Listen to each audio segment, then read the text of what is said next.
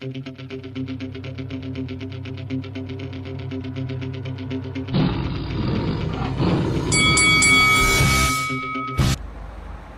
Mr. Anthony Yard, Beast from the East, and you're watching Lights Out. This is Faisal Khan for Lights Out, and with me through Zoom, delighted to be joined by the sharpshooter Archie Sharp. Archie, how's it going, fella? You all right? Yeah, I'm very well, thank you, mate. How are you? I'm very well, thank you for asking. It's been a while since we last spoke to you. I believe the last time was before the Jeff Ofori fight. That was 3 months ago. It was in August. August 15th, 14th, 15th. Quite a while back. We've not heard anything from yourself in terms of a new opponent or in terms of when we're expecting to see you out in the ring next. What's going on? It's been quite quiet, innit, from the sharpshooter front. Other than obviously joining Ibox gym. So I'm there at the minute. I'm just learning and working on a few things, and I don't think I'll be out now until January. What was the reason in terms of that switch from the previous gym to the Ibox gym? I know you've changed a few things. Yeah, so obviously Richard, I've been with Richard since I was 7 years old. Do you know what I mean? So we know each other way too well. We're more than trainer and fighter. It's more family, and just get to a stage where I was getting complacent. I always will respect Richard.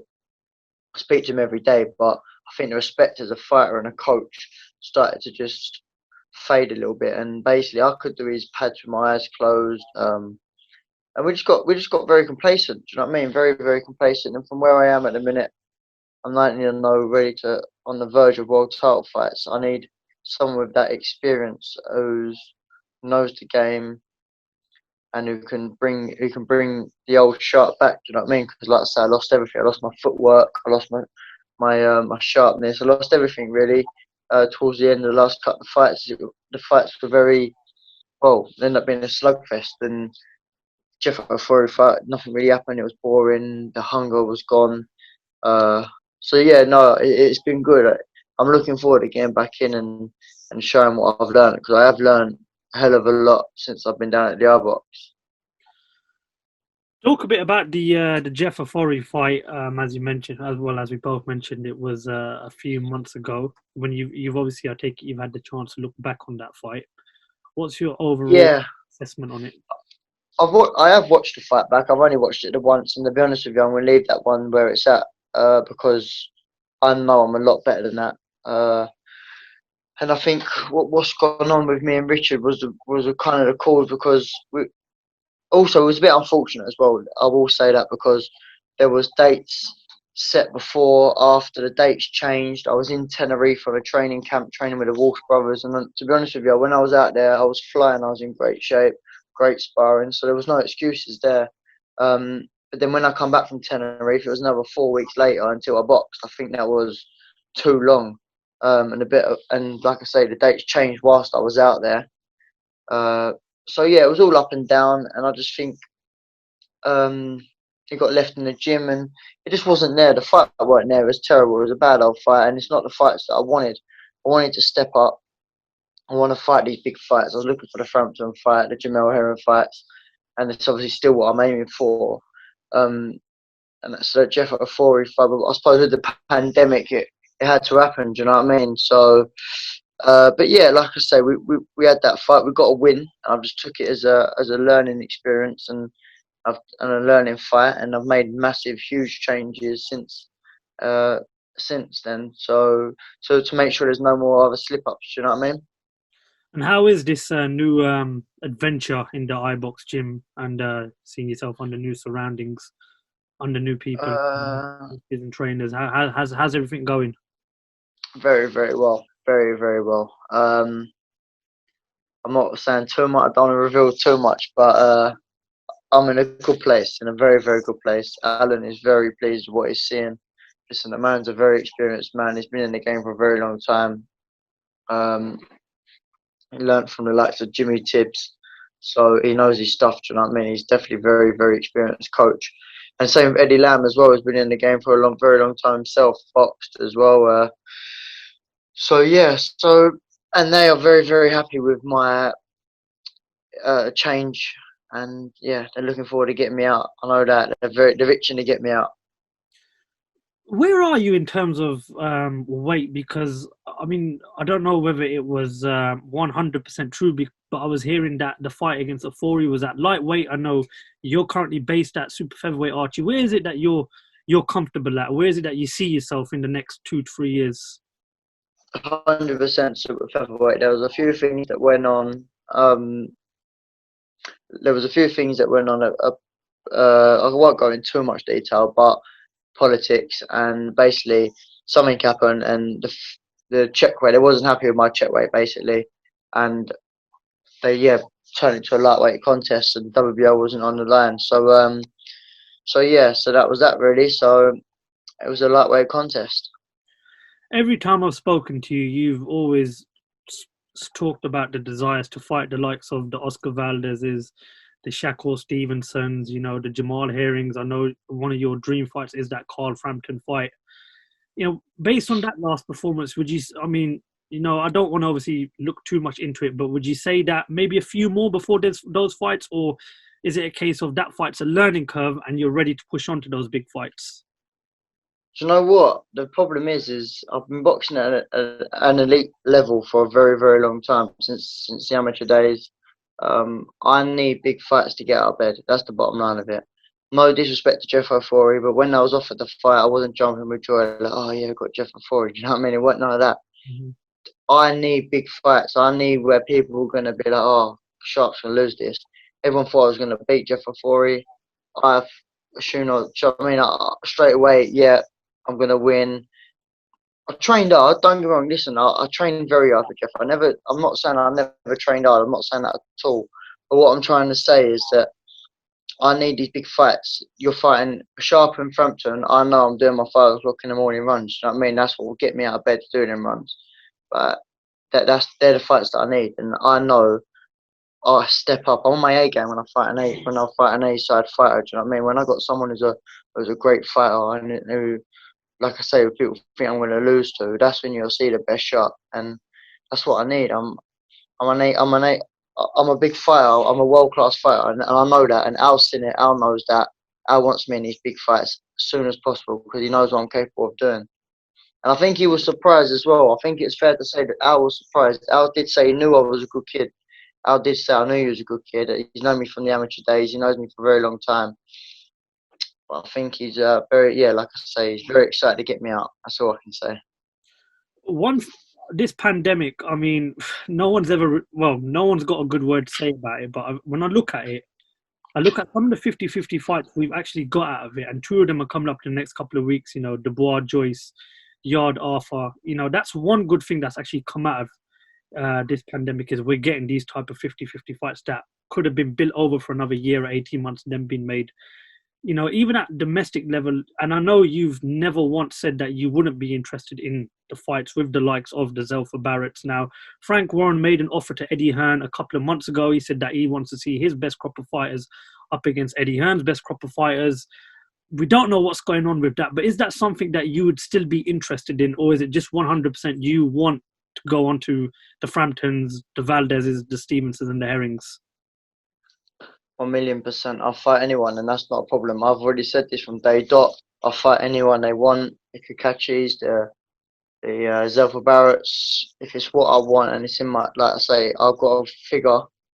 If they come up to my figure, then 100% the fights will happen. Do you know what I mean? At the end of the day, I've had 19 fights, and I've not avoided one person. Anyone that they've offered me, I've took straight away. And the same with them. If they offer me the fight and the money's right and it's good for MTK and myself, then obviously we'll take any fight. It's not a problem. But the only reason why we were saying was because of the Framptons and the Jamel, because my ranking there, and I was in a very good position to be stepping in next. And I still am really. We'll have to see when their fight is, Frampton Jamel. So I think I was told it's going to be before Christmas, but I'm not too sure now. But even if it's early next year, I'll get out early next year, and then we'll make it happen. Like we've said before, the Frampton Jamal Herring fight is a fight you've got a close eye on now. Regardless of who the winner is at what point in your career can you see that fight happening with the winner of that fight? Is it next year? Is it the year after? I mean, when can we see those fights happening? When can we see you in these big fights? I don't think it's far at all. Like I said, I've made a change with Al. I've spoken to Frank. Frank has spoken to Al, MTK. We're all talking. We all want these big fights. We all want the world title fights next year. So we've spoken. It's just a matter of fact of making it happen now. Do you know what I mean? And it's hard because where we are at the minute with this pandemic. I was supposed to be out in April. Obviously April, and then it was all set out. And then this pandemic's come. Then they've chucked me Jeff Afori. It's all been up in the air, and it's still up in the air now. There's no date when I'm out next. But all I know is I'm in the gym. I'm learning. I'm studying. I'm living a completely different lifestyle now. Completely different life outside the ring. So yeah, everyone will see the 100% Archie Sharp when I'm out next. One thing that would likely happen is if you were to get a world title fight, which you deserve because of the path you've been on, is you'd probably have to go to the other guy's backyard, and we've seen that doesn't phase you in terms of the Woodstock fight. I remember that media week, all the hassle you were getting, you took it on the chin and you went in there and put in an amazing performance. Is that the next part of your career you want to be going over to America and fighting the likes of Stevenson in their backyard and Jamal Herrings in their backyard? Because I believe after watching you, that's what gets the best out of you, is going exactly over that. to the backyard. Exactly that. Listen, I flew out to Russia at the age of 13 without my mum and dad there and whatever else. I didn't even go with Richard then, actually. I just went with a GB and that was it. We flew out there at the age of 13. So I'm fighting Russians in their backyard and putting on an unbelievable performance. So that doesn't faze me. I'll go to Leon Woodstock's backyard. Doesn't faze me at all. Go to America. That's what I want to do. As a young kid, I've always wanted to go out to the States and box and make my name out in the States. And that's still part of what I want to do, and to do that, if it means going out there and fighting them in their backyard, then lovely. Because look, it's only me and him in the ring. Do you know what I mean? So whoever the opponent is, it's only us two there, regardless where we are in the world.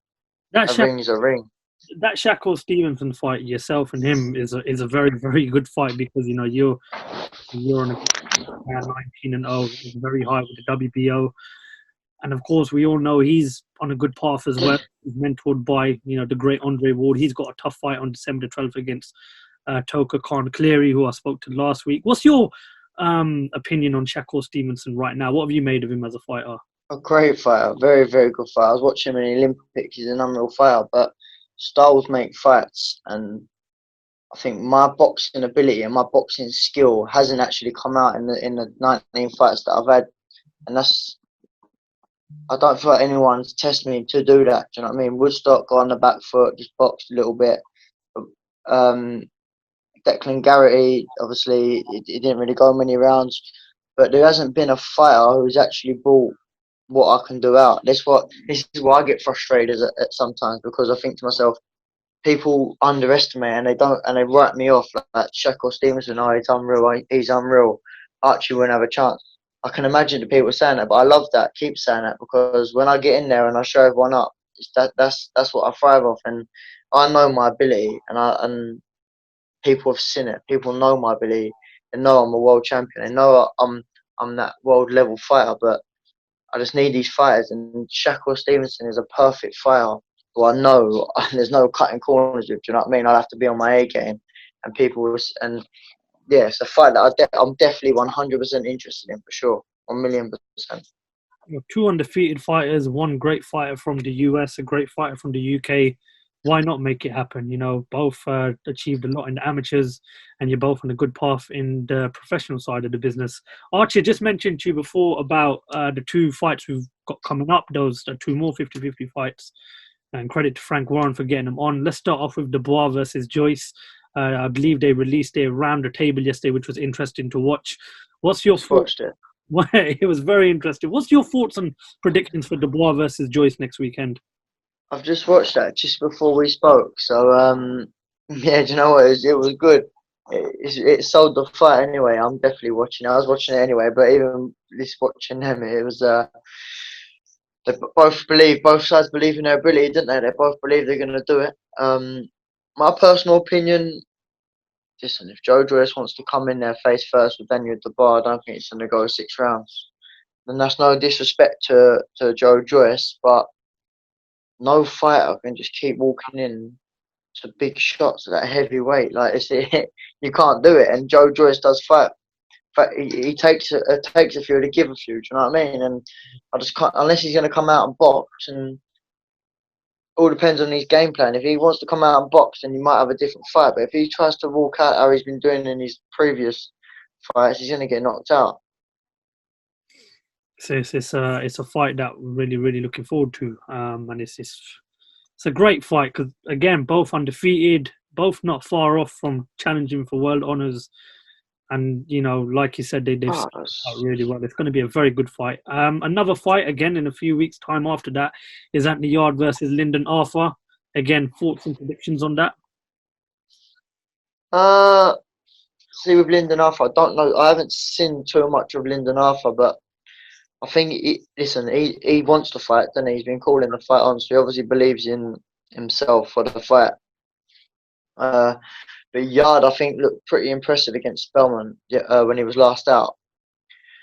So I'm very intrigued to see that. That's another fight I'm very excited to see. Very excited to see. But I'm going to back Yarde, but just because I know Yarde personal basis, and like I said, I do think Yarde can punch for that weight. Yeah, it's another. But it's a great fight. Listen, it's a 50-50 fight, and people sitting on the fence, you can't blame them. Do you know what I mean? I'm choosing a winner here just because, like I said, I know Yarde, and yeah, and I do think he can punch. And same thing, he is slick as well what he does, and I don't think they'll be taking either one of them won't be taking a fight if they thought they was going to lose. So either way, all the fans and we're all going to be in for a major treat, aren't we? I think back end of November and December is brilliant for boxing. You know, you got Pulev Joshua as well. You got the Golden Contract 2 finals. You've got Canelo, Callum Smith. What's your thoughts on Canelo versus Callum Smith? What chance Callum Smith of beating Canelo, because it's a huge task, but Callum Smith is a great fighter. He's talented. Many people that I've been speaking to, the fight come at the right time. Well, the thing is, it's just the same again. Do you know, Callum Smith, he wants to be in these big fights, doesn't he? He wants to fight like Canelo Alvarez. It probably brings the A game out of him. But me personally, as a fan, I really do think Canelo's the man, and I'm going to back Canelo. But listen, it would be nice for Smith to go out there being a British fighter, going out there to win it, of course. But Canelo is one of my top fighters. I do love following him. I love watching him. I love watching his training methods. So he is a top fighter, that Canelo Alvarez, isn't he? He's unreal. He is a brilliant fighter. He is a brilliant fighter. I've got him ranked as the pound for pound best in the world. If there was one fighter that you said is capable of beating Canelo Alvarez, Say that again, sorry. If there was one fighter in the middleweight or the super middleweight division that you thought was capable of beating Canelo, who would you think it would be? Who would you say it is? Do you know what, Smith? He's like you say, he's a big puncher. He's big for the weight as well, and he's a big man. And I do think that if he can keep it long with Canelo and keep him and outbox him, then there is a fighter there over here who could actually do it. There's no reason why he can't do it. I'm just backing him because, like I say, I love watching Canelo Alvarez, and I think he's a great fighter. But there's no reason why Smith can't do it. He's got all the tools. He's got all the tools there for sure. One final thoughts. I just want to get your opinion on a few weeks ago, the night Usyk fought Chisora. Deontay Wilder released a video saying that Tyson Fury put something in his gloves and then claimed that his trainer Mark Breland spiked his drink. I just want to get your thoughts on that video, Archie. He's a fool, isn't he? He is an absolute fool. It's worrying. It's actually worrying how someone can come up with these thoughts and even just talk about it. Like I am gobsmacked. I'm lost for words. I think the fella's an absolute fool, and for even coming out of that, he should just never box. He's just an idiot. He should just don't box and just don't speak anybody's name. And that's that really. Yeah, he's a prick. How about Dylan White? Though? He's gone in on him, isn't he? Dylan White has let him have it, I think. Do you know what? It's a shame because I've always said Deontay Wilder, regardless of the Tyson Fury fights, he's still a good asset to the heavyweight division. But a lot of people have Yeah, but then he was a talk like that. Like it's just ridiculous. It's stupidity. He's trainer Spike and he's drink. It's just honestly the fella's touched in the brain. It's got to be he's touched. Oh, I don't know. I mean, it's boxing. We don't know what damage Tyson Fury might have caused to him, or we don't know what's come over him to say that. But I guess, listen, if that's what he thinks and believes, then that's his opinion. He's obviously been hit very, very hard. Very hard. Tyson Fury's punched him that hard that he doesn't even know what he's saying. He's lost it. He's done something. The wires in his head now are just gone. They're gone. Tyson's punched him that hard. He don't know what he's talking about. Well, it's interesting times because I'm hearing there could be a third fight between them due to all this whole court talk and everything, but we won't get too deep into that. Archie, what can we expect to see from you in 2021? Well, Fans expect to see from the new Archie Sharp. lively, double lively. I'm looking forward to it. Just stay tuned. Some big things will be coming because we don't want no small fights. Do you know what I mean? We don't want small fights. We want big fights. We're pushing. We're asking Frank. We want the big fights. We want people who have boxed at world level, who have been world champions. We want them. So yeah, you expect fireworks because I'm back. I left for a little while. I'm away